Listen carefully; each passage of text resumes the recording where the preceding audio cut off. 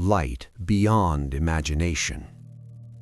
Imagine light, not just bright, not sunlight, not dazzling, not the kind that makes you squint or turn away.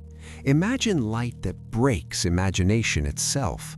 Light compared to which a supernova explosion is a lighter's flicker against a stadium spotlight. Light brighter than 600 trillion suns concentrated into a single point in space.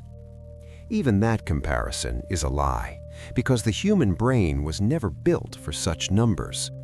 The sun radiates about 4 × 10⁻26 watts. Every second, it converts millions of tons of matter into pure energy. It warms planets, sustains life, governs climate, and shines so intensely that looking at it directly is deadly. Our galaxy contains around 200 billion such suns, and yet the entire Milky Way, taken as a whole, shines more faintly than a single object we are about to discuss. That object is a quasar. It is not merely bright, it is an anomaly of the universe, its rounding error, its extreme mode. It is so luminous that it can be seen from tens of billions of light years away, through dust, gas, time itself, and even the expansion of space. Its light began its journey when Earth did not yet exist, when there was no sun, when the universe was young, chaotic, and violent. And that light is still traveling toward us. When astronomers first discovered such objects, they thought they were stars, small points, sharp and distinct, impossibly bright. They looked like ordinary stars but behaved strangely. Their spectra matched nothing known. Their redshift was insane, their energy output impossible. No one yet knew that the universe was capable of compressing the brightness of billions of galaxies into a region smaller than the solar system. To grasp the scale, our intuition must break. We are used to thinking that bigger objects produce more light. A star is larger than a planet, a galaxy larger than a star, a cluster larger than a galaxy. But a quasar shatters this latter. By cosmic standards, it is small, comparable in size to the orbit of Pluto or Neptune, yet it shines brighter than thousands of galaxies combined. It is like packing all the light of Earth into a grain of sand. If such a quasar were placed at the distance of the Moon, it would strip Earth's atmosphere in fractions of a second. The oceans would boil, rocks would begin to glow, biology would cease to exist before the brain could even comprehend what was happening. But it is far away, unimaginably far. And that is precisely why we can observe it, as a window into the past. Light is not just radiation, it is a message. Every particle of light, a photon, carries information about the place where it was born. Its energy, direction, polarization, all are a story about the catastrophe that created it. When we look at a quasar, we are not just seeing a bright point, we are reading a chronicle of violence inflicted upon matter. Because such light cannot be peaceful. No star can shine that brightly.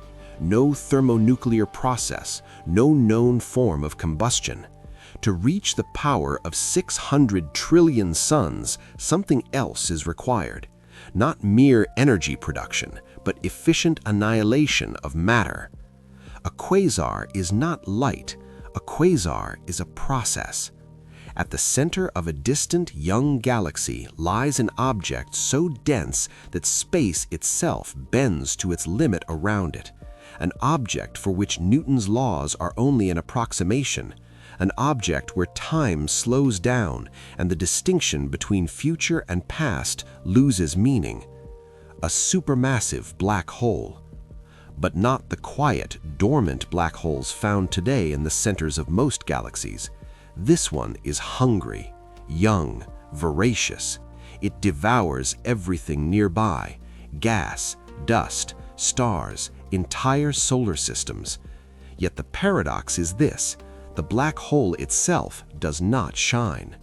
The light is born just before matter dies. matter spirals inward, forming an accretion disk. Velocities there reach a significant fraction of the speed of light. Temperatures rise to millions, even tens of millions of degrees. Particles collide, tear apart, decelerate, and radiate energy across the entire spectrum, from radio waves to hard gamma radiation. Each gram of matter falling into a quasar releases more energy than nuclear fusion in stars, dozens of times more. This is the most efficient energy source known in the universe. And when the inflow of matter becomes monstrous, a quasar is born. 600 trillion suns is not a stable state. It is a scream, a flare, a brief, furious phase in a galaxy's life. It lasts millions of years, a blink by cosmic standards. Yet in that blink, a quasar can alter the fate of everything around it. Its radiation shreds molecules. It ionizes gas across hundreds of thousands of light years. It can halt star formation by blasting matter out of a galaxy, or conversely, compress clouds and ignite new waves of stellar birth. A quasar is a cosmic god of war. It does not merely exist, it acts. When we say brighter than 600 trillion suns, we are not talking about light. We are talking about power, about the ability of a single point to dominate the space around it, about the universe's capacity to create extremes that make the very fabric of reality tremble. And the most unsettling part is this: such objects were everywhere in the early universe. They were a normal stage of its growth. Young galaxies ignited with quasars like torches before calming down into the forms we see today. We live in a quiet era, an era where most black holes sleep, where quasars are rare relics of the past, but their light is still reaching us. It crosses an expanding universe. It stretches, reddens, loses energy, but it does not vanish. Every photon that reaches our telescopes is proof that billions of years ago, in a tiny point of the universe, something occurred so violent and powerful that its echo is still audible today. And when we raise our eyes to the sky, we do not see stars. We see the aftermath of catastrophes. Light beyond imagination is not the beginning of the story. It is only the first warning. When the universe was young, to understand where a quasar shining brighter than 600 trillion suns comes from, we must return to a time when the familiar universe did not yet exist. There were no calm galaxies, no stable orbits, no slowly burning stars. We must go back to an era when the cosmos was young, crowded, and aggressive. The universe was not born empty. After the Big Bang, space was filled with hot plasma, an ocean of particles, light, and energy. For the first several 100,000 years, it was opaque. Photons could not travel freely, constantly colliding with charged particles. Light was imprisoned by matter. Only about 380,000 years later did the universe cool enough for electrons and protons to combine into atoms. Space became transparent. Light was released. This ancient light is what we now call the cosmic microwave background, a faint whisper of the birth of everything. But after that, darkness began. Stars did not yet exist, neither did galaxies. The cosmos entered the so-called dark ages of the universe. There was only cold hydrogen, helium, and vast regions of near emptiness. Gravity slowly but relentlessly gathered matter into the first clumps. Hundreds of millions of years passed, and within these clumps, the first stars ignited. Massive, short-lived, unimaginably bright. They were born tens or hundreds of times more massive than the Sun and died quickly, exploding as supernovae and leaving behind the first black holes. This is where the path to the quasar begins. The early universe was denser than it is today. Galaxies were closer together. Collisions were common. Gas poured into the centers of proto-galaxies in powerful streams, encountering almost no resistance. It was an era of excess fuel. At the centers of these young galaxies, black holes did not sleep. They grew rapidly, not over billions of years, but over tens of millions.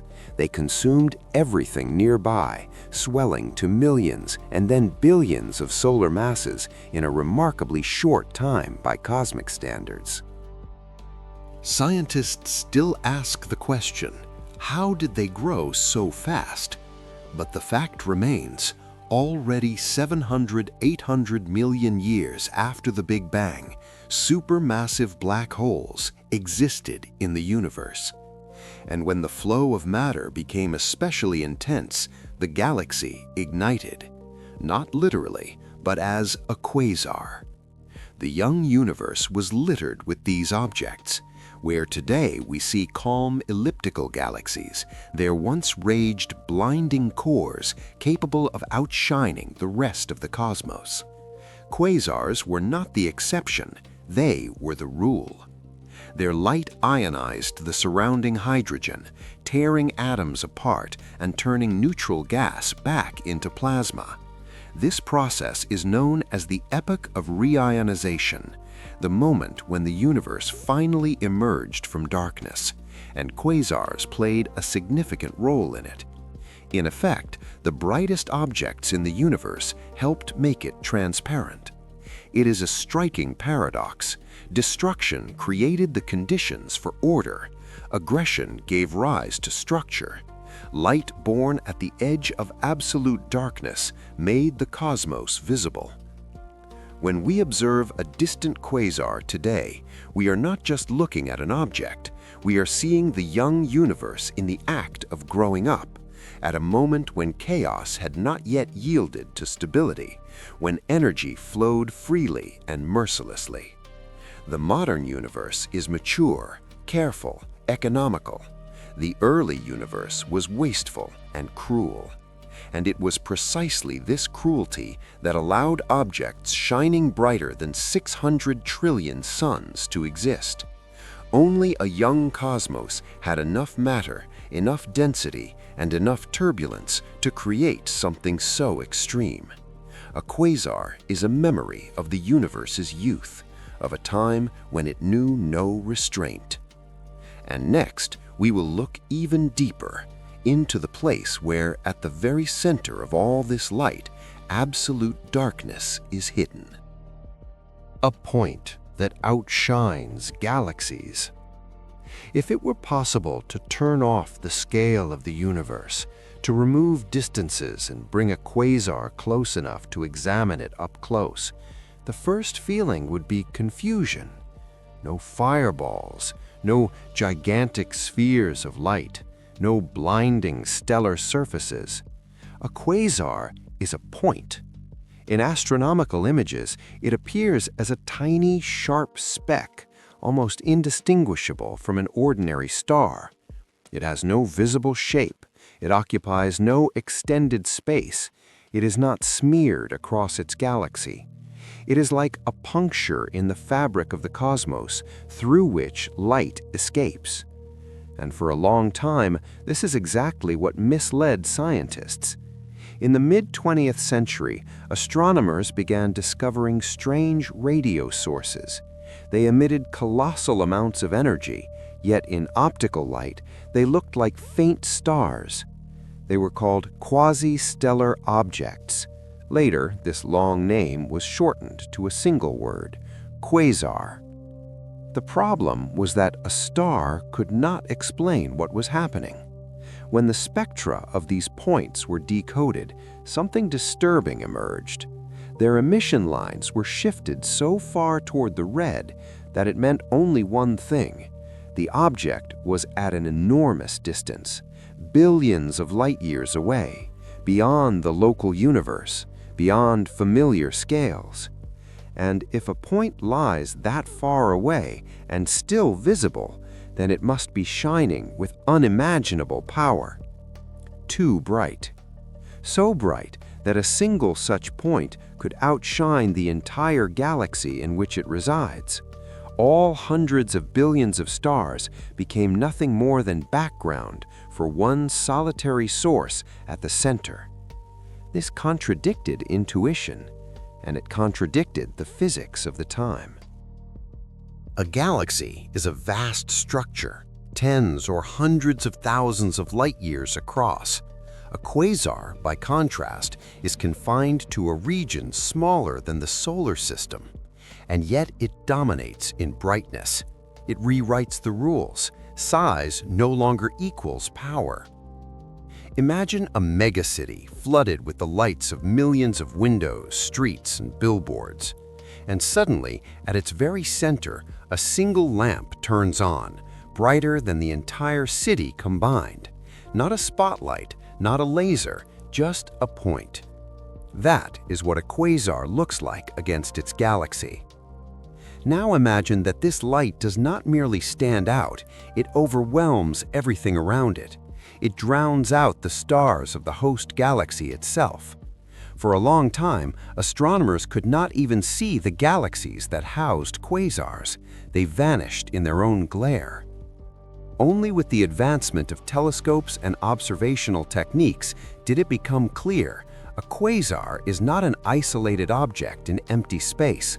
It is the core of a galaxy undergoing an extreme phase of its life. A galaxy may appear calm, it may be young or mature, but when a quasar ignites at its center, everything else becomes secondary. It begins to dominate its surroundings like a dictator who has seized power. The radiation from a quasar heats gas. The pressure of light blows matter outward. Shock waves propagate for thousands of light years. In some cases, this suppresses the formation of new stars. In others, it does the opposite, compressing clouds and forcing them to collapse. One point decides the fate of billions of stars. This is one of the strangest facts of modern cosmology. The evolution of galaxies is directly tied to an object smaller than the orbit of Neptune. The central black hole and its active phase determine whether a galaxy becomes a calm spiral, a massive elliptical structure, or fades prematurely. And when a quasar shines at its peak, when its brightness reaches hundreds of trillions of suns, it literally rewrites the future. But there is an even more unsettling detail. This light is not emitted evenly. It is born in a violent, unstable process. A quasar's brightness can change over days, hours, or sometimes even minutes. That means the region producing the radiation must be extremely small. Light cannot vary faster than the size of its source allows. And this fact destroyed all alternative explanations. No cluster of stars, no explosion, no form of thermonuclear activity could produce such power in such a tiny volume. Only one possibility remained, an object where gravity is so extreme that it turns falling matter into a torrent of light. Thus, a point became proof of something far darker. A quasar is not merely a bright galactic core, it is a signpost. It points to the place where absolute darkness is hidden, something capable of outshining entire galaxies without emitting a single photon itself. And from here, the story inevitably leads to the center of that point, to the place where light is born at the very edge of disappearance. A discovery no one believed. Sometimes the universe does not reveal itself gradually, but with a blow, so powerful that science initially refuses to accept it. The story of quasars began exactly this way, not with a triumphant discovery, but with confusion, arguments, and near open denial. In the 1950s, radio astronomy was only just coming into being. After the Second World War, new receivers, antennas, and signal analysis techniques appeared. the sky suddenly began to speak a different language, the language of radio waves. And within that noise, strange sources emerged, bright, steady, unimaginably powerful.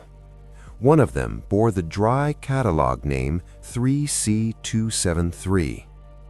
It was unusual from the start.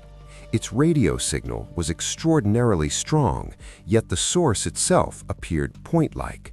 No nebula, no galaxy, just a small, bright dot, like an ordinary star. This contradicted everything astronomers knew at the time. Powerful radio sources were usually associated with vast galactic structures. At first, the measurements were blamed. Then it was assumed to be a nearby object of unknown nature. Almost no one even considered the possibility that it might be extremely distant. The turning point came in 1963, when astronomer Martin Schmidt deciphered the spectrum of 3C273. The hydrogen lines were there, but shifted, dramatically, catastrophically. This meant the object was receding from us at enormous speed, and therefore lay at a cosmological distance. When Schmidt realized what he was seeing, the conclusion was so absurd it seemed impossible. This tiny point had to be shining brighter than an entire galaxy. The reaction of the scientific community was predictable. Skepticism, rejection, attempts to find alternative explanations. Exotic stars were proposed, unknown physical processes, errors in spectral interpretation. Some seriously suggested that the redshift of quasars had nothing to do with the expansion of the universe at all. The problem was not the data. The problem was the consequences. If quasars truly lay at such distances, then the universe contained objects whose luminosity exceeded everything known by orders of magnitude. It meant that processes more efficient than nuclear fusion had to exist. It meant that the familiar picture of the cosmos was incomplete. And science does not like such admissions. But the evidence kept accumulating. New quasars were discovered, dozens, then hundreds. Their spectra differed, but the redshift was real. Their brightness was unavoidable. Their energy output was colossal. Denial became impossible. Gradually, a hypothesis emerged that at first sounded almost fantastical. At the center of a quasar lies a supermassive black hole. In the 1960s, this was a bold claim. Black holes were not yet an accepted part of astrophysics. They existed more as mathematical consequences of Einstein's equations than as real objects. To suggest that they powered the brightest sources in the universe seemed excessive, but there were no other explanations. No stellar system could produce such power. No sequence of explosions could sustain emission for millions of years. Only gravity, capable of turning falling matter into light with enormous efficiency, fit the observations. Slowly, resistance collapsed. Quasars ceased to be curiosities. They became keys, tools, windows into the early universe. With their help, astronomers began to measure the expansion of space, study the intergalactic medium, and test models of galactic evolution. What had once been dismissed became a foundation. Today, it is difficult to imagine astronomy without quasars. They are used as beacons at the edge of the observable universe, as sources of information about what the cosmos was like billions of years ago. But behind this calm acceptance lies the memory of a time when a single tiny point in the sky forced scientists to doubt their own understanding of reality.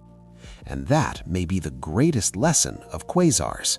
The universe is not obliged to be convenient for our understanding.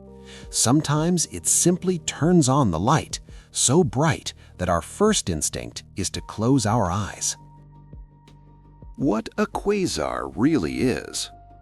The word quasar sounds almost poetic, but behind it lies not an object in the usual sense, but a state. A quasar is not a separate class of bodies like stars or planets. It is a phase in a galaxy's life, a short and extremely aggressive period when its center becomes the brightest place in the universe. Put as simply as possible, a quasar is a galactic nucleus in which a supermassive black hole is actively consuming matter. But behind this dry definition hides a cascade of processes so extreme that ordinary language begins to fail. At the center of nearly every large galaxy lies a black hole. In the Milky Way, it is Sagittarius A star, an object with a mass of about 4 million suns. Today, it is calm. It barely radiates. It is not a quasar. But that does not mean it was always this way. The difference between a quiet galactic nucleus and a quasar is not the nature of the black hole, but the amount of available matter. When there is little gas and dust, the black hole starves and remains silent. But when matter begins to fall inward in a dense patak, an entirely different story begins. Matter does not fall straight in, it spirals, forming an accretion disk, a flat, rotating structure resembling a cosmic funnel. Speeds within this disk reach tens of percents of the speed of light. Particles collide, heat up, lose energy, and glow. This is where a quasar's light is born. It is crucial to understand one key point. The black hole itself does not emit light. It remains absolutely black. The radiation comes from matter that has not yet crossed the event horizon, but is already doomed. It is the light of a final moment of freedom stretched across millions of years. In a sense, a quasar is a gigantic machine for converting mass into energy. In efficiency, it surpasses stars by dozens of times. In thermonuclear reactions inside stars, about 0.7% of mass is converted into energy. In the accretion disk of a black hole, up to 10%, and sometimes even more, can be converted. That is why a quasar can shine brighter than 600 trillion suns without violating the laws of physics. It simply uses them at the very limit of what is possible. But a quasar is not only light, it is also structure. Surrounding the accretion disk are clouds of gas accelerated to enormous velocities. They emit characteristic spectral lines by which astronomers identify quasars. Above and below the disk, powerful magnetic fields form, capable of ejecting part of the matter outward in the form of narrow streams, jets. These jets can stretch for millions of light years, piercing intergalactic space. They carry energy far beyond the host galaxy, influencing the surrounding environment. Not all quasars possess prominent jets, but when they do, their power is comparable to the quasar's own luminosity. Thus, a quasar is a system, a central black hole, an accretion disk, gas clouds, magnetic fields, outflows, all of it working together to create the brightest sustained source of light in the universe. And all of it is temporary. A quasar cannot shine forever. Sooner or later, the fuel runs out. Gas disperses, is blown out of the galaxy, or turns into stars. The flow of matter weakens, the disk thins, the brightness fades. The quasar dies. What remains is a galaxy, and at its center, a black hole that survived the storm. So when we look at a quasar, we are not witnessing a standalone miracle of nature, but a moment of transformation.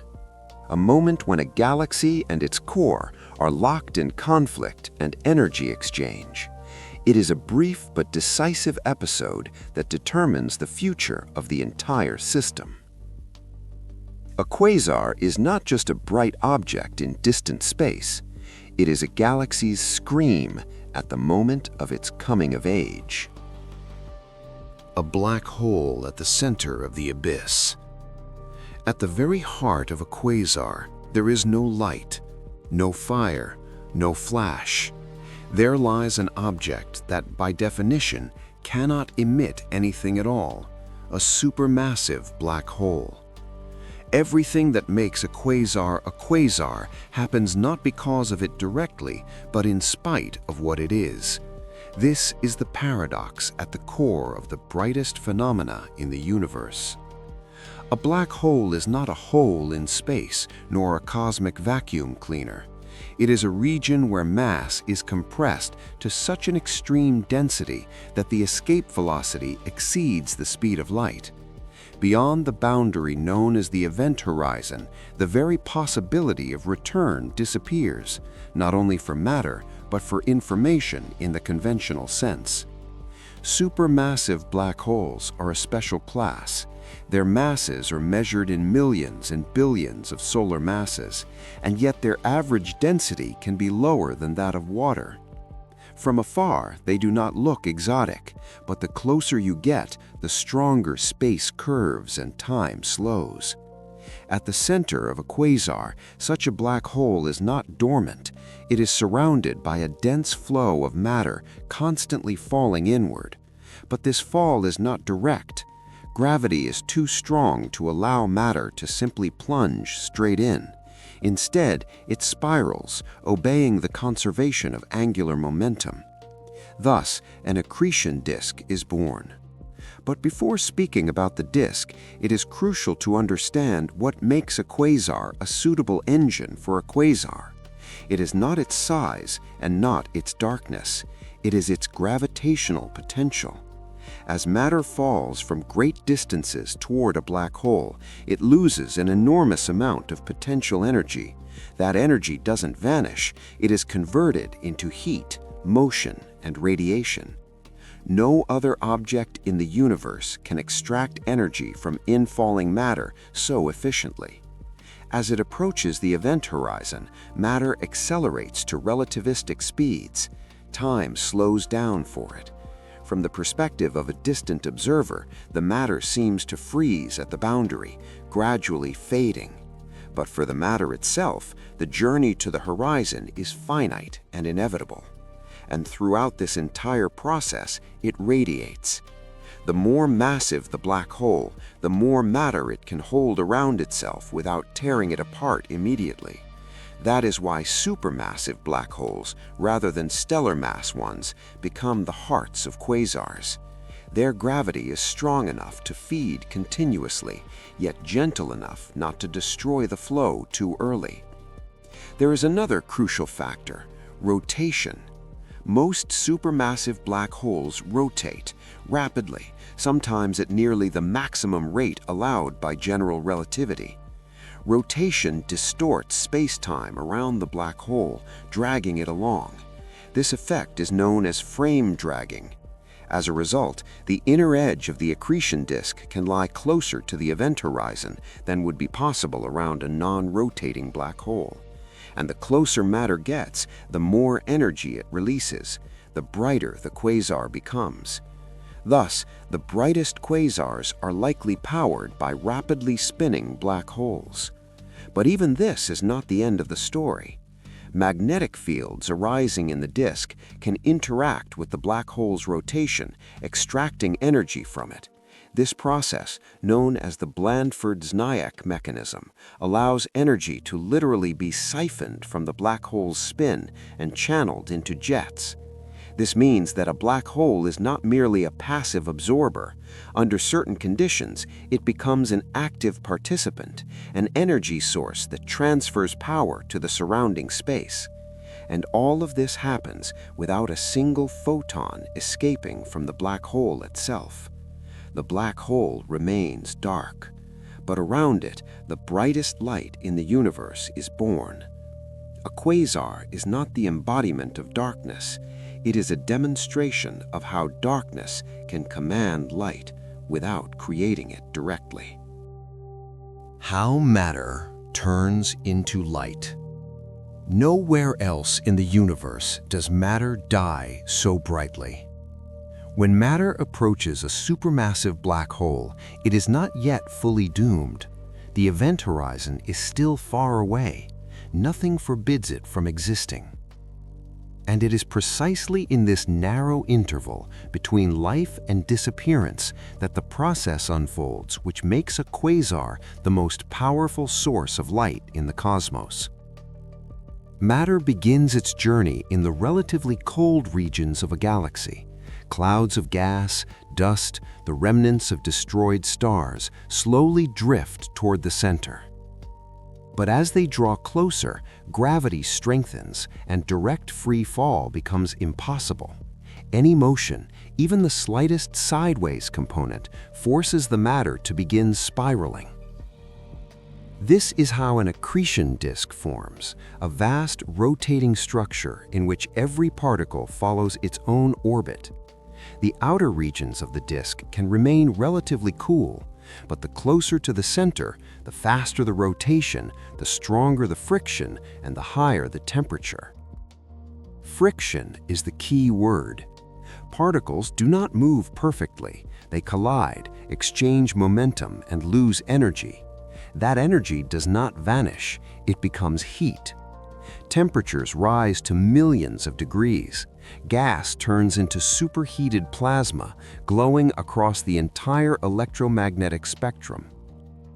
The outer parts of the disk radiate in infrared and visible light. Closer in, ultraviolet appears. Right near the event horizon, X-rays are born. A quasar does not shine in white light, it shines in everything at once.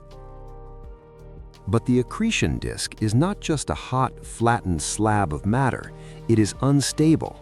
Turbulent flows arise within it, along with density waves and magnetic disturbances. One of the most important processes is the magneto-rotational instability, which allows matter to lose angular momentum and gradually spiral inward. Without this mechanism, the disk would be stable and dark. Matter would orbit forever, never approaching the black hole. There would be no light. But nature tolerates equilibrium. Even a weak magnetic field turns the disk into a boiling system where energy is released continuously. Every gram of matter falling into a quasar releases more energy than thermonuclear reactions in stars. This is not an exaggeration, it is a direct consequence of gravity. Near a black hole, the fall of matter becomes almost equivalent to converting mass into energy, according to Einstein's equation. But the most astonishing aspect is the efficiency. A star like the Sun shines for billions of years, slowly consuming its fuel. A quasar, by contrast, can release colossal energy in a short time, devouring matter at a furious rate, sometimes equivalent to several solar masses per year. And all of this occurs within a volume that, by cosmic standards, is vanishingly small. Above the accretion disk, another structure forms, the corona. This is a tenuous but extremely hot region of plasma, where electrons are accelerated to relativistic speeds.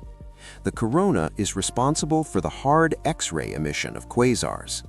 Photons born in the disk scatter repeatedly off fast-moving electrons, gaining additional energy. Light is literally pumped up, becoming harder and more energetic. This turns the quasar into a source capable of influencing its surroundings across enormous distances. But not all matter reaches the event horizon. Some of it is expelled outward. Radiation pressure, magnetic forces, and rotation generate powerful winds that carry gas away from the galactic center. These outflows can be so strong that they strip the galaxy of the fuel needed for new stars. Thus, matter does not merely turn into light, it reshapes the structure of an entire galaxy. A quasar is not a lamp switched on in empty space. It is a complex, chaotic machine in which every particle participates in an exchange of energy before vanishing forever. Light here is not a product of creation, but a byproduct of destruction. And that is precisely why it is so bright. In the next section, we will turn to the numbers, to those very 600 trillion suns, and examine how the universe even allows such power to exist. 600 trillion suns. Where does this energy come from? A number by itself means nothing until you try to truly look into it. 600 trillion suns is not just very bright. It is a magnitude that escapes intuition, comparable not to objects, but to epochs and large-scale structures of the universe itself. The sun radiates about 4 × 10⁻26 watts. This is an enormous power output. Every second, roughly 4 million tons of matter are converted into energy in its core.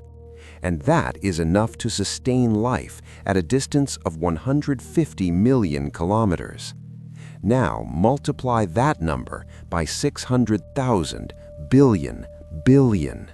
You obtain a luminosity on the order of 10 to the 41th watts. That is more than the combined radiation of thousands of large galaxies, more than the light emitted by almost all the stars in the observable universe, if you were to count them not all at once, but in pieces. And here a natural question arises. How is this even possible? The answer lies in a combination of 3 factors: mass, rate, and efficiency. First, mass. The supermassive black hole at the center of the brightest quasars can have a mass of tens of billions of solar masses.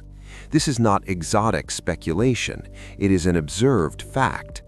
The greater the mass, the deeper the gravitational well, and the more energy can be extracted from infalling matter.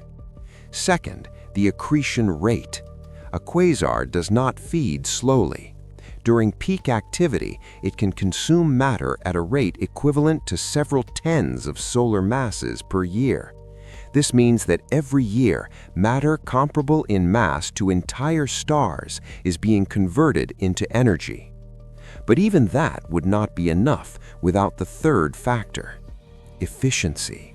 In stars, only a small fraction of mass participates in thermonuclear reactions. Most of the mass remains essentially unused. In an accretion disk around a black hole, things are different. As matter falls deeper, it can lose 10 to 40% of its mass as energy, depending on the black hole's spin and the geometry of the disk. This makes accretion the most efficient energy source known to physics, aside from matter-antimatter annihilation, which is exceedingly rare in nature.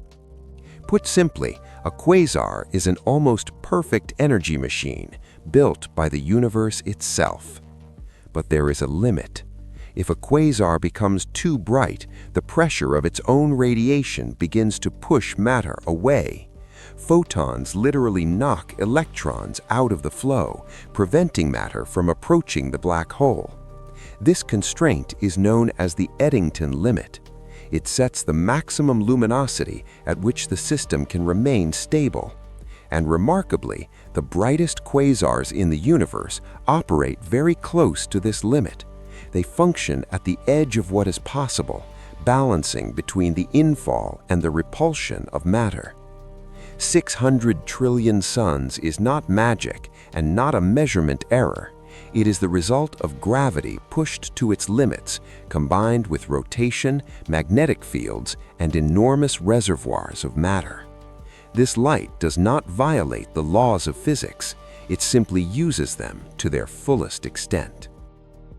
The accretion disk, a cosmic forge. If a quasar is an engine, then the accretion disk is its working heart.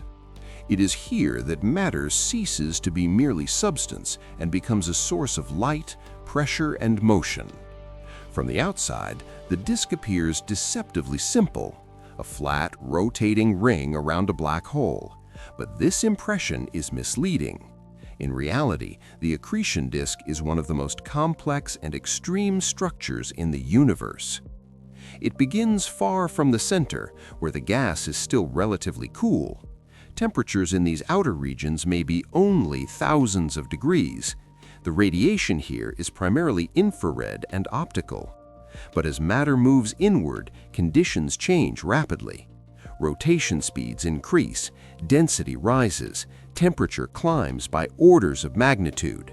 The inner regions of the disk heat up to millions of degrees. The gas becomes fully ionized. It is no longer matter in the familiar sense, but plasma, governed simultaneously by gravity, electromagnetism, and relativistic effects. An accretion disk is not a solid body. Different parts rotate at different speeds. Inner layers overtake the outer ones. This creates intense shear, which continuously dissipates energy. It is this friction that makes the disk shine. But without one crucial mechanism, everything would stall. For matter to fall inward, it must lose angular momentum. This is where magnetic fields enter the picture. Even a weak magnetic field in a differentially rotating plasma triggers the angulo-magneto-rotational instability. This instability turns the disk into turbulent chaos, where energy and momentum are constantly redistributed. It is chaos, but controlled chaos. Chaos that glows. The thickness of the disk also matters.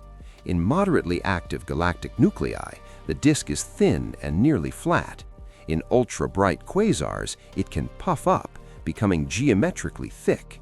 Under these conditions, radiation pressure rivals gravity, and the disk's structure begins to resemble a boiling torus. All of this unfolds in the immediate vicinity of the boundary beyond which there is no return. The innermost stable orbit of matter depends on the black hole's spin. For a non-rotating black hole, this orbit lies farther from the event horizon. For a rapidly rotating one, it lies closer. This means that in the latter case, matter can fall deeper, lose more energy, and radiate more light. That is why the spin of the black hole directly affects the brightness of a quasar. But the accretion disk is not only a source of light, it is also a factory of outflows. Winds constantly escape from the disk. They can be slow and dense or fast and tenuous. Some are accelerated to a significant fraction of the speed of light. These winds carry away matter, heat, and momentum, shaping the surrounding galaxy. Within the disk, magnetic structures also form that can channel part of the energy toward the polar regions where jets are born. In this way, the disk is connected not only to the black hole, but to the farthest reaches of space, pierced by relativistic streams. The accretion disk is a forge where gravity becomes light, rotation becomes energy, and matter becomes radiation. It operates continuously as long as fuel is available, and it disappears when that fuel runs out. Without a disk, there is no quasar. Without a quasar, the disk is merely a rotating cloud. And it is from this forge that the narrowest and fastest structures in the universe are launched. Jets capable of piercing space across millions of light years. Jets piercing the void. The accretion disk creates light and heat, but it cannot fully explain the astonishing activity of quasars.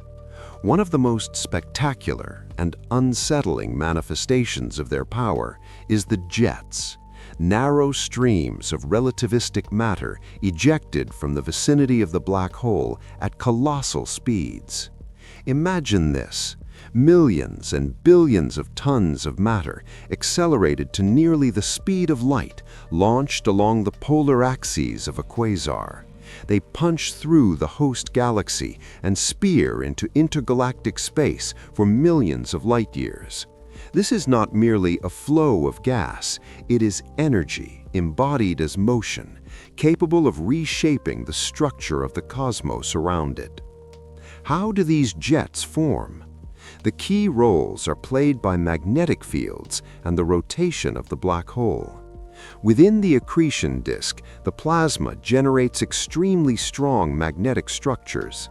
These fields extract part of the matter from the inner regions of the disk and guide it along the axis of rotation.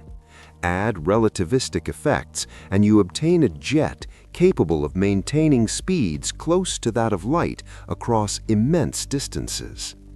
The energy carried by a jet can exceed the radiant luminosity of the quasar itself.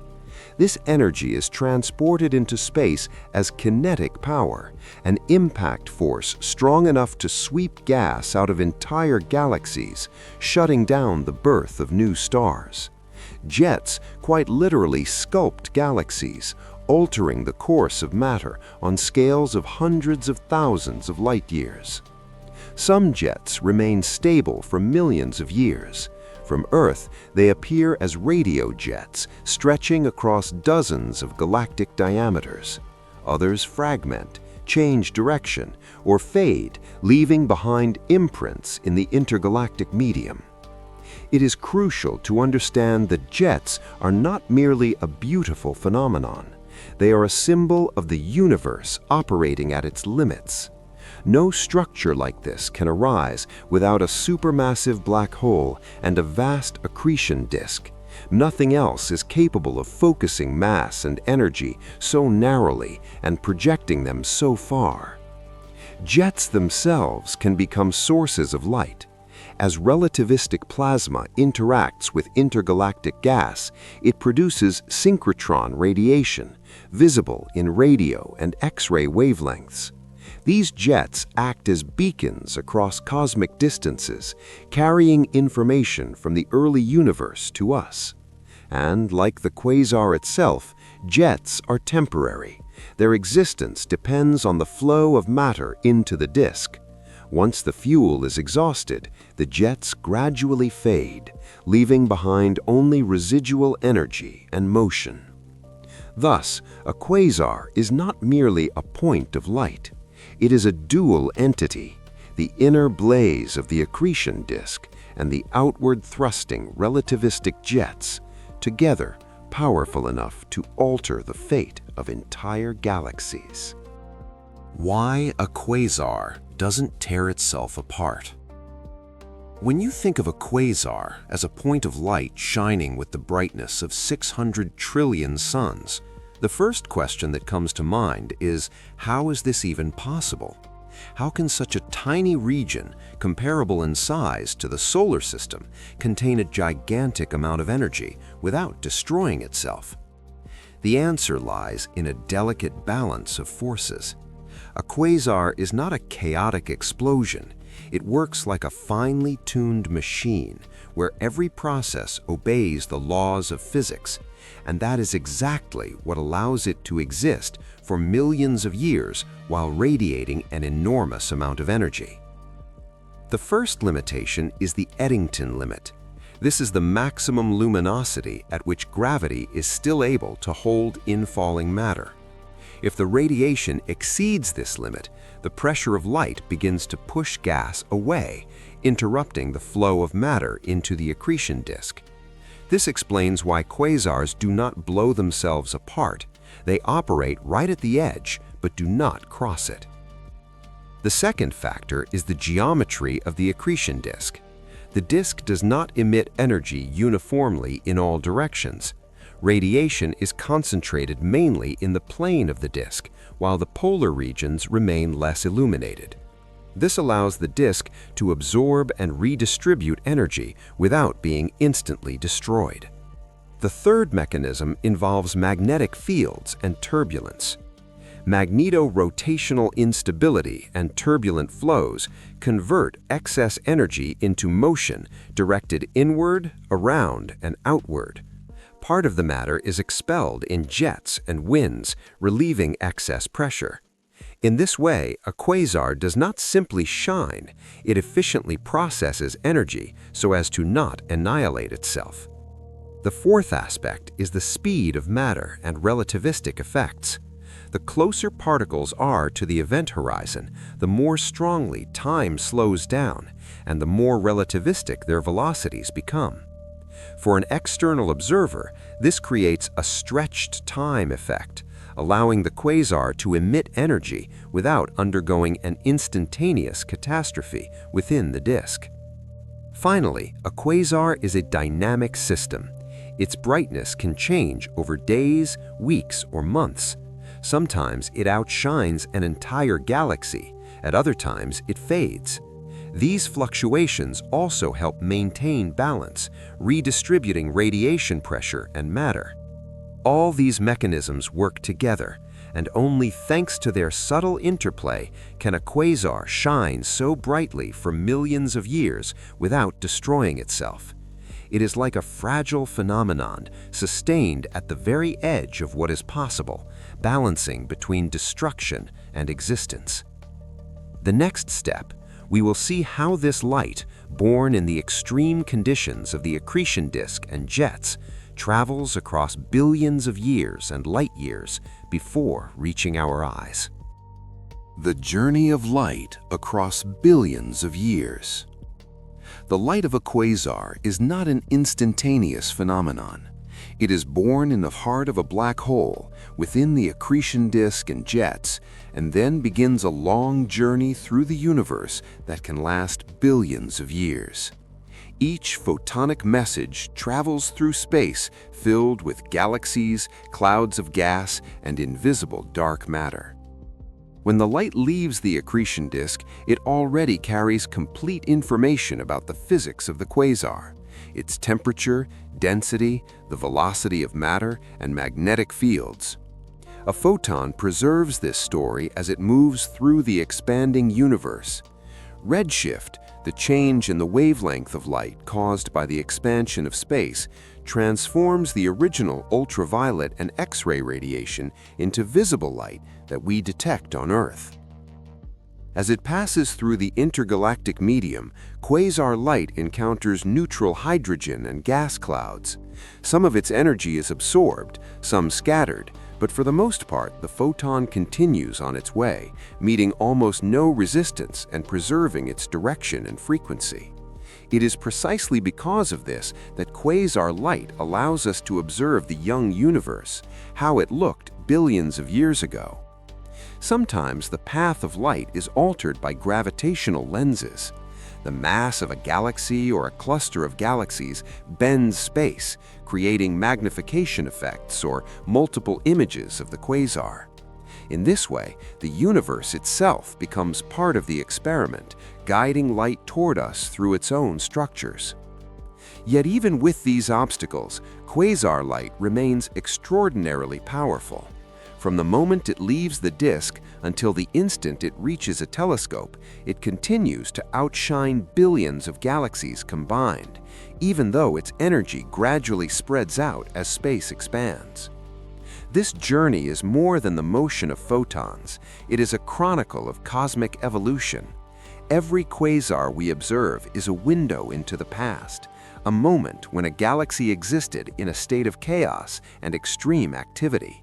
We see it as it was billions of years ago, long before most of the stars in today's galaxies were born. That is why quasars are so valuable to astronomers. They allow us to measure the rate of the universe's expansion, map dark matter, and study the physics of the intergalactic medium. Quasar light is not just illumination, it is information traveling across cosmic distances so that we can understand how the universe works. Decoding a quasar. How scientists read ancient light. When the light of a quasar reaches Earth, it has already traveled billions of light years, crossing vast distances through clouds of gas, dust, magnetic fields, gravitational lenses, and dark matter. This light is not just a bright point in the sky. Every wave, every packet of photons carries information about the physics of the quasar and the state of the cosmos along its journey. Scientists have learned how to extract this information, turning quasars into ancient beacons of the universe. The first thing astronomers examine is the emission spectrum. Quasar light is split into its constituent wavelengths. The spectrum is like a set of photon fingerprints. Each chemical element leaves its mark in the form of absorption or emission lines. Hydrogen, helium, oxygen, carbon, all of them appear in spectra, if they are not lost in noise. But it's not just about identifying elements. The spectrum also reveals the temperature, density, and velocity of matter in the quasar's accretion disk and jets. For example, broad absorption lines indicate rapid motions of matter, sometimes reaching up to 10% of the speed of light. Narrow lines point to slower, more stable clouds of gas surrounding the central engine. Redshift is another key element. When the spectrum is shifted towards longer wavelengths, it means the object is moving away from us, and the amount of this shift is directly related to distance and to the rate of the universe's expansion. Quasars with extreme redshifts show that we are looking deep into the past to a time when the universe was young, hot, and chaotic. By measuring redshift, astronomers learn not only where a quasar is located, but also obtain a snapshot of cosmic evolution at a specific epoch. But quasar spectra contain even more subtle information. As light travels through the intergalactic medium, it interacts with it.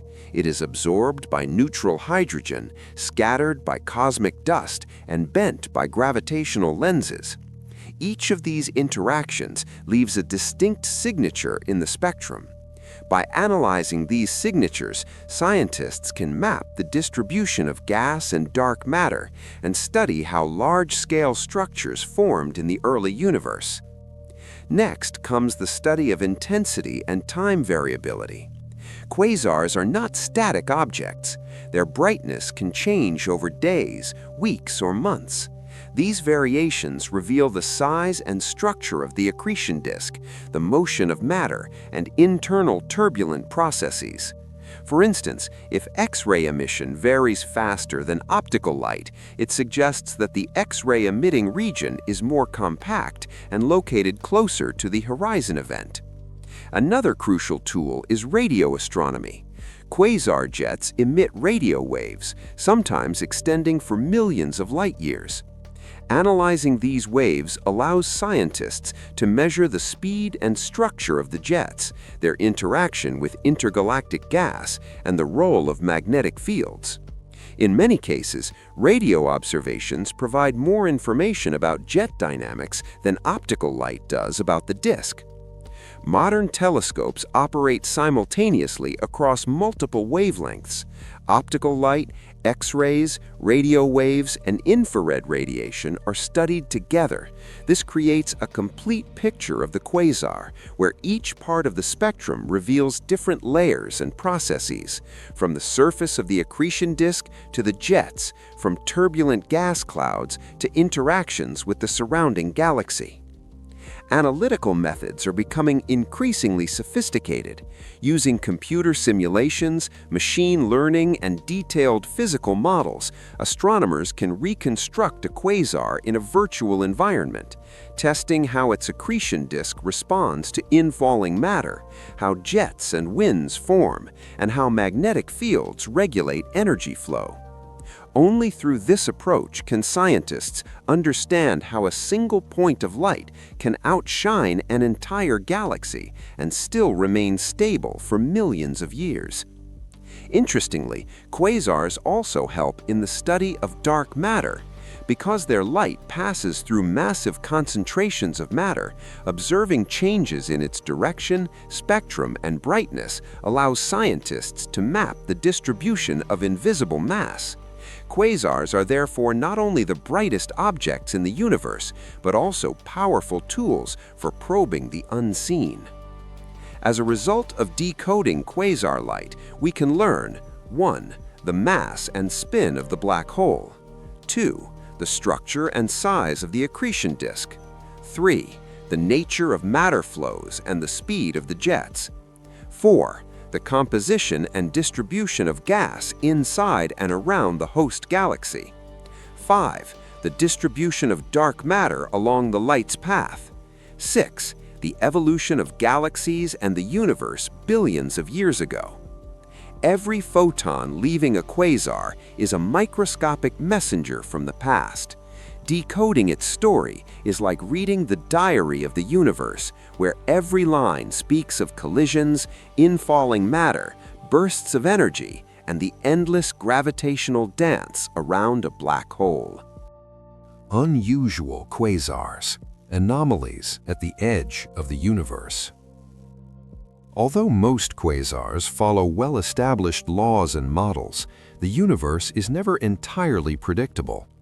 Among the brightest objects in the cosmos, there are anomalous quasars whose properties puzzle scientists and force them to rethink the physics of extreme processes. One of the strangest categories includes ultraluminous quasars, whose brightness exceeds the Eddington limit. In theory, radiation pressure should halt the inflow of matter, yet these objects somehow continue to accrete material and emit colossal amounts of energy. They serve as extreme natural laboratories where theories of accretion, the Eddington limit, and the interaction between magnetic fields and relativistic jets are put to the test. Another type of anomaly involves quasars with unusually rapid brightness variations. Typically, quasars shine relatively steadily, albeit with fluctuations, but some are capable of doubling or drastically reducing their luminosity within days or even hours.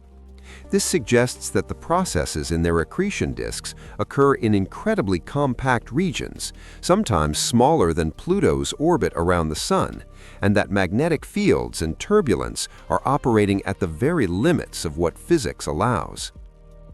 There are also quasars with anomalous spectra. Instead of the familiar lines of hydrogen, helium, and heavier elements, they show shifted or missing key spectral lines or unusual intensity ratios. This may point to exotic chemical environments, massive clouds of high-energy plasma, or unconventional accretion processes. In some cases, such spectra indicate that the quasar's light passes through enormous clouds of intergalactic gas or through dark matter structures that distort the observed signal.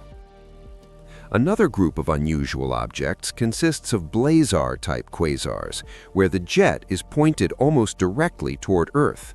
In these cases, the quasar appears extraordinarily bright, and its spectrum is strongly distorted by relativistic Doppler boosting.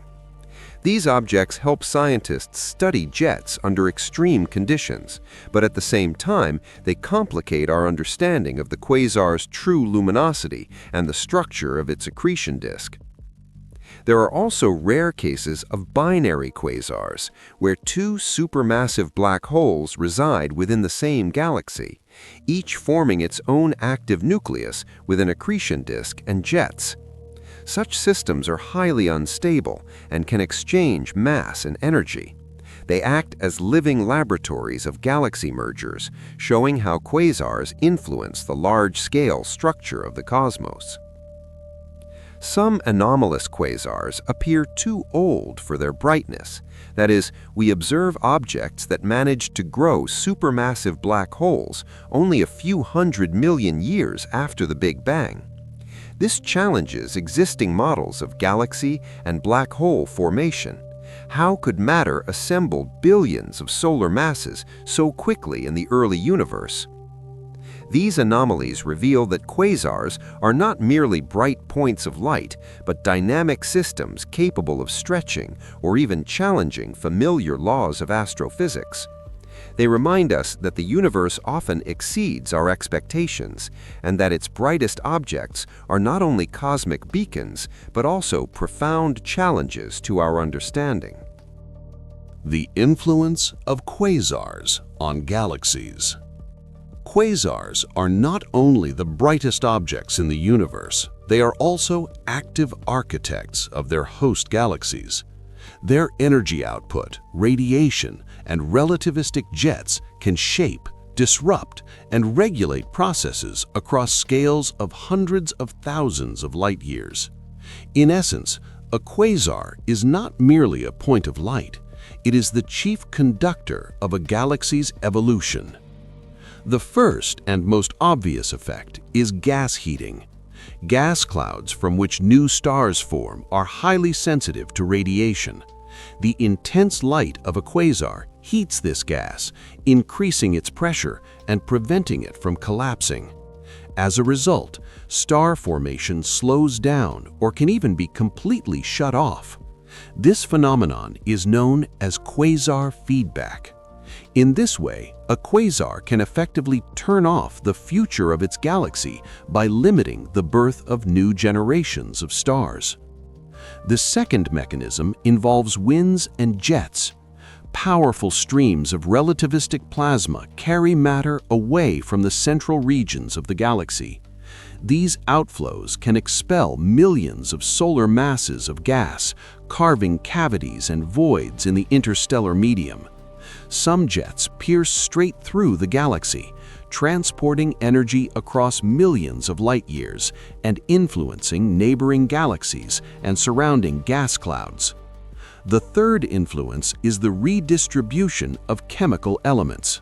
Matter ejected from the quasar's core often contains heavy elements formed in older stars and within the gas of the accretion disk.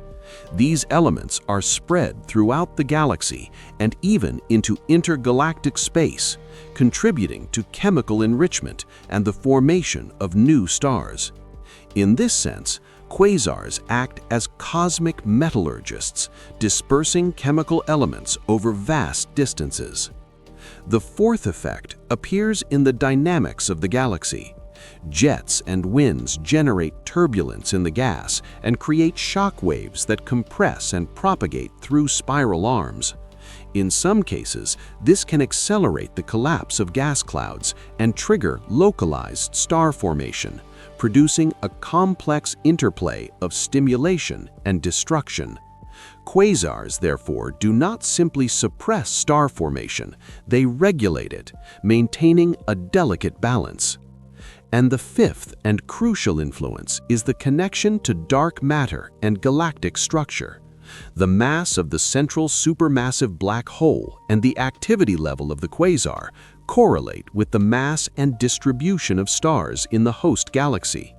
This indicates that the quasar does not arise randomly at the center. It actively participates in shaping the entire galactic structure, including the dynamics of the stellar disk and the surrounding halo. As a result, a quasar is not just a luminous object, but an active force that determines the fate of its galaxy. It can halt star formation, redistribute matter and chemical elements, trigger localized bursts of activity, and even affect neighboring galaxies. In essence, quasars are lightning bolts of evolution, capable of radically transforming the destiny of their galaxies over millions of years. And this influence is not confined to the distant past. Studies of ancient quasars reveal how early galaxies evolved into elliptical or spiral forms and suggest that modern galaxies, such as the Milky Way, have passed through active phases similar to the quasar stage. The life cycle of a quasar, from birth to fade. Quasars are not eternal. Despite shining brighter than entire galaxies, their existence is governed by strict physical laws and by the availability of a crucial resource, the matter they can accrete. Studying the life cycle of a quasar helps us understand not only the nature of these objects, but also the evolution of galaxies themselves. 1. The birth of a quasar. The life of a quasar begins when enough matter accumulates at the center of a galaxy to form an active accretion disk around a supermassive black hole. The fuel can come from gas clouds, remnants of exploded stars, or the collision with another galaxy. Galaxy collisions and mergers play a key role. During such events, gravity redistributes gas, funneling it toward the core. The infalling matter spirals into a disk, forming a turbulent, heated structure that begins to radiate intense light and energy. At this point, the galactic nucleus enters the active quasar phase. 2. The peak activity phase. Soon after its birth, a quasar enters its period of maximum luminosity. The accretion disk is fed by a powerful inflow of matter. Jets are launched at enormous speeds, and radiation reaches staggering levels, up to 600 trillion suns or more. This phase can last for tens of millions of years to hundreds of millions of years. It is during this time that the quasar has the strongest impact on its host galaxy. It heats gas, ejects matter outward, generates shock waves, and can even alter the galaxy's chemical composition. 3. Gradual exhaustion. As the supply of gas diminishes, the quasar's brightness begins to fade. Matter is either consumed in the accretion process or expelled by jets and winds. The accretion disk thins, turbulence decreases, and the jets weaken. The galaxy slowly returns to a calmer state. Physically, this stage is marked by declining luminosity, narrowing jets, and the disappearance of broad absorption lines in the spectrum. The fading process can take millions of years, short by cosmic standards, yet long enough to significantly influence the galaxy's structure. 4. Quiet old age. At the end of its life cycle, a quasar becomes a quiet galactic nucleus. The black hole remains, but emits very little radiation. The accretion disk either vanishes or becomes too weak to be noticeable, and jets cease altogether. If gas is still present, the galaxy may resume forming new stars, but without the active intervention of its core. In this sense, a quasar is a brief yet powerful episode in a galaxy's history, an era when the nucleus dominates energy and matter flows, and the galaxy undergoes a storm of activity. Afterward, it emerges more mature, structured, and chemically enriched. 5. Influence on the evolution of the universe. Although each quasar lives for a relatively short time, together they drive large-scale processes in the universe. Active quasars in the early cosmos heated intergalactic gas, regulating the formation of new galaxies. They generated turbulence and spread heavy elements, shaping the chemical enrichment of space. In essence, quasars are lightning bolts of cosmic evolution, shaping the course of the universe's history, even though they themselves fade after a few 100 million years. Their energy and light persist for billions of years, traveling across space to reach us and allowing us to explore the distant universe. Record-breaking quasars, giants of light. Among the millions of known quasars in the universe, there are a few that go far beyond our usual understanding of brightness and mass. These objects can truly be called giants. They reveal the extreme limits of nature's ability to generate energy. 1. Quasars of extreme luminosity. Ordinary quasars already shine brighter than entire galaxies, but some are so powerful that their luminosity nearly reaches or even exceeds the Eddington limit. One example is the quasar SDSS J0100 plus 2802, discovered in 2015. Its central supermassive black hole has a mass of about 12 billion solar masses, and its luminosity exceeds 400 trillion suns. Such a quasar can outshine any neighboring galaxy within millions of light years. These ultra-luminous quasars show that even in the early universe, matter could assemble and convert into energy with extraordinary efficiency. They challenge standard models of supermassive black hole growth, since accumulating such enormous mass in a short time, just a few 100 million years after the Big Bang, seems almost impossible within classical scenarios. 2. Quasars with the most powerful jets. Some quasars are not only bright, but also possess relativistic jets extending for millions of light years. They literally pierce intergalactic space, influencing neighboring galaxies. One of the most famous is 3C273, the first quasar discovered in 1963. Its jet accelerates plasma to nearly the speed of light and is visible in the radio band over distances exceeding 1 million light-years. These gigantic jets demonstrate that the energy output of quasars is not limited to light alone. They redistribute matter and energy on enormous scales, shaping the structure of intergalactic space. 3. The oldest known quasars.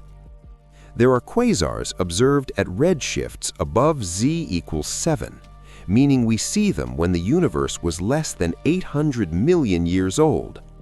One example is ULAS J1342+0928, which hosts a supermassive black hole with a mass of about 800 million suns. For such early quasars, the mystery is how black holes could grow so quickly.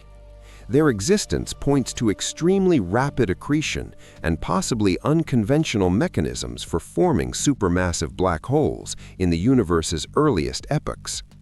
4. Anomalous and unusual quasars. Among the record holders are quasars with unusual spectra, where the lines of hydrogen and heavy elements are distorted in unexpected ways. This may be the result of extreme winds, intense internal turbulence, or unusual chemical compositions.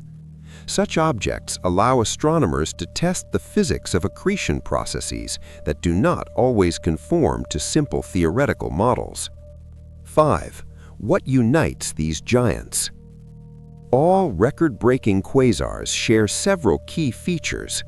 Supermassive black holes, often exceeding 1 billion solar masses. Enormous energy output, with luminosities comparable to millions of galaxies. Accretion disks and jets operating at the very limits of physical efficiency. A profound influence on their host galaxies and the surrounding intergalactic medium. These giants of light are true natural laboratories, enabling us to study extreme physics, the conditions of the early universe, and the processes that shape the formation and evolution of galaxies. The influence of quasars on the surrounding cosmos. Quasars are not merely the central engines of galaxies.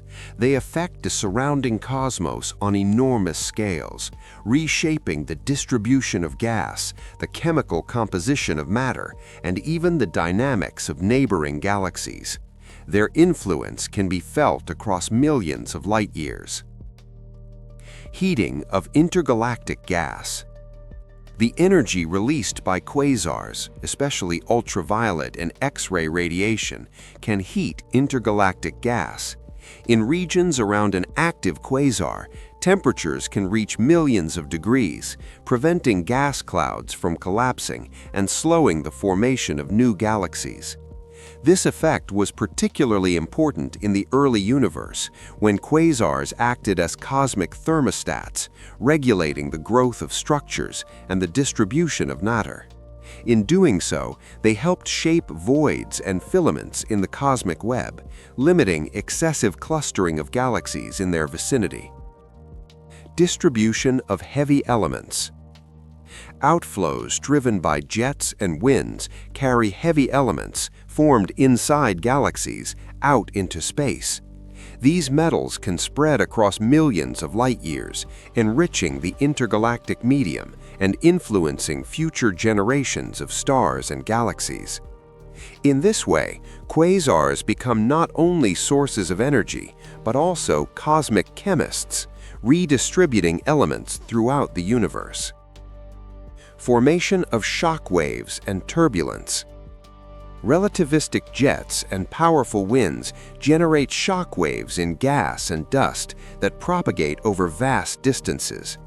These waves can either compress gas, triggering localized star formation, or disperse clouds, suppressing the birth of stars. The turbulence created by quasars acts as a regulator of galactic evolution. It maintains a balance between growth and destruction, shaping complex structures in intergalactic space. Influence on neighboring galaxies. The luminosity and jet energy of quasars can affect nearby galaxies. In some cases, radio emission and shock fronts can stimulate or suppress star formation in neighboring systems, altering their evolutionary paths. This makes quasars not just local centers of activity, but regulators on truly cosmic scales, influencing the structure of entire galaxy groups and clusters. Historical impact on the universe. In the early universe, quasars were far more common. Their combined impact on intergalactic gas, chemical enrichment, and turbulence played a crucial role in shaping the large-scale structure of the cosmos, including the formation of voids, clusters, and the filaments of the cosmic web. Each quasar is more than a bright point of light.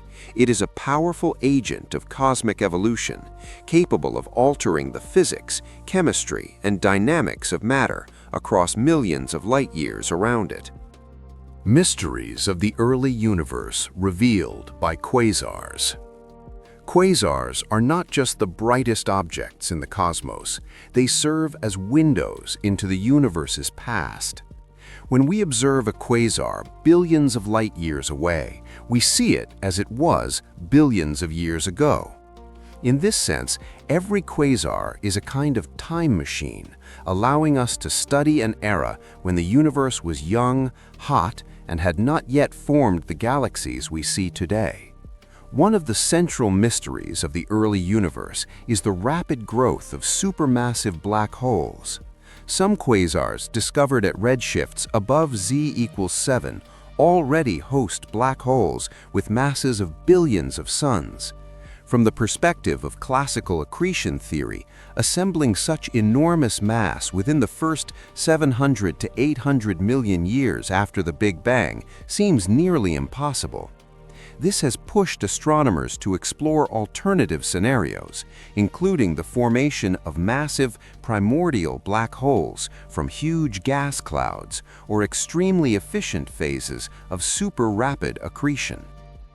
Quasars also allow scientists to study the reionization of the universe, the epoch when intergalactic gas became ionized again after the cosmic dark ages.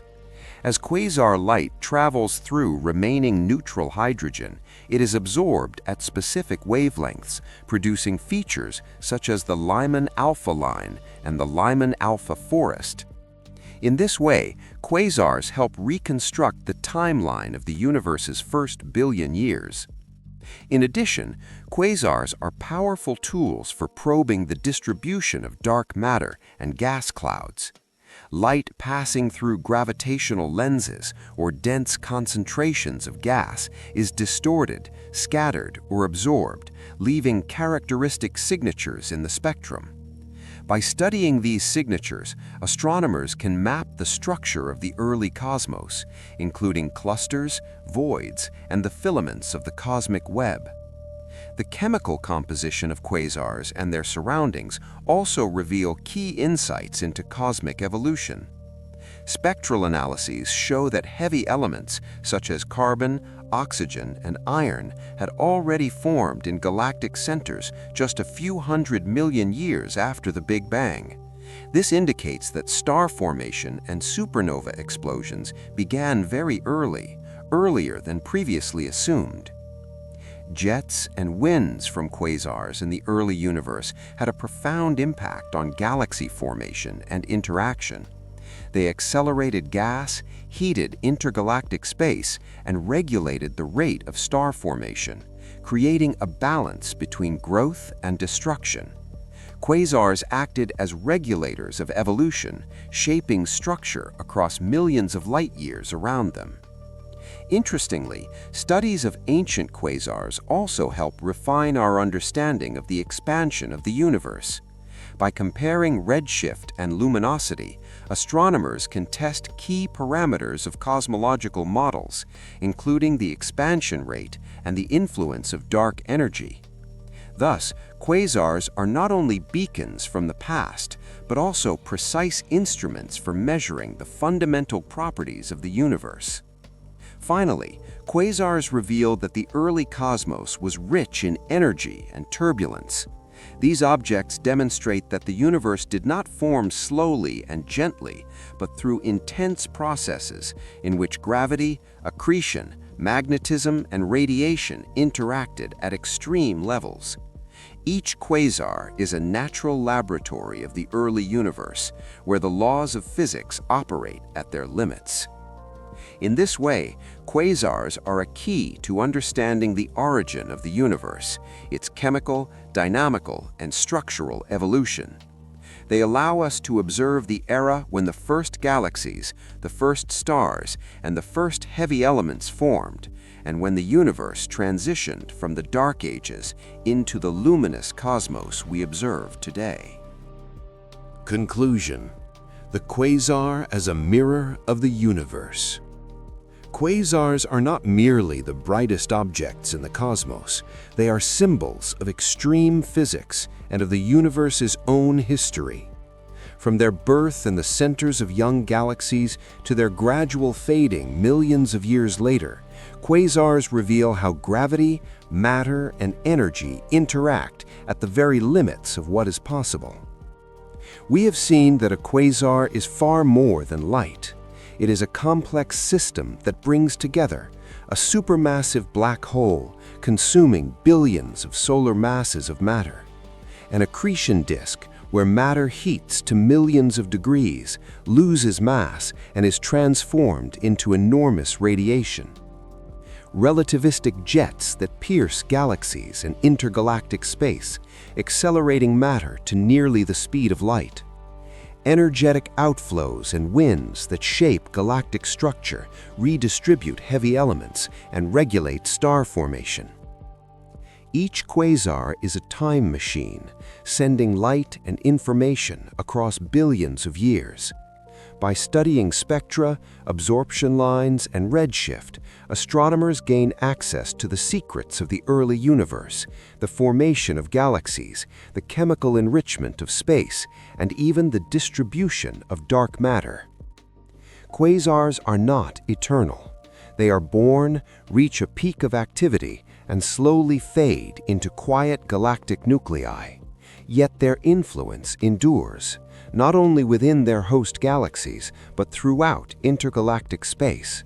They regulate the birth of stars, generate shock waves, spread elements, and leave behind turbulence felt across millions of light-years. Record-breaking quasars, ultra-luminous objects with enormous black holes and colossal jets, show what nature is capable of. They push beyond classical models, forcing scientists to search for new physical mechanisms and to rethink scenarios of the early universe's formation. The study of quasars unites observational astronomy and theoretical physics. These objects have become tools for measuring the expansion of the universe, probing the chemical makeup of early galaxies, and testing relativistic effects under extreme conditions. They demonstrate that the universe is not empty and static, but a dynamic, regulated system in which energy, matter, and gravity create intricate and beautiful structures. Ultimately, a quasar is a mirror of the universe. By looking at it, we see not only immense power and activity, but also the story of the cosmos itself, its birth, its evolution, and its grand transformations. Quasars remind us that even in the darkest and most distant regions of space, there exists energy capable of shining brighter than billions of galaxies, and that every object, every particle, and every photon carries within it a trace of the universe's entire history. Quasars are not just points of light against the night sky. They are witnesses, architects, and chroniclers of the universe, whose stories continue to inspire scientists, urging us to look farther, think broader, and understand more deeply how our cosmos truly works.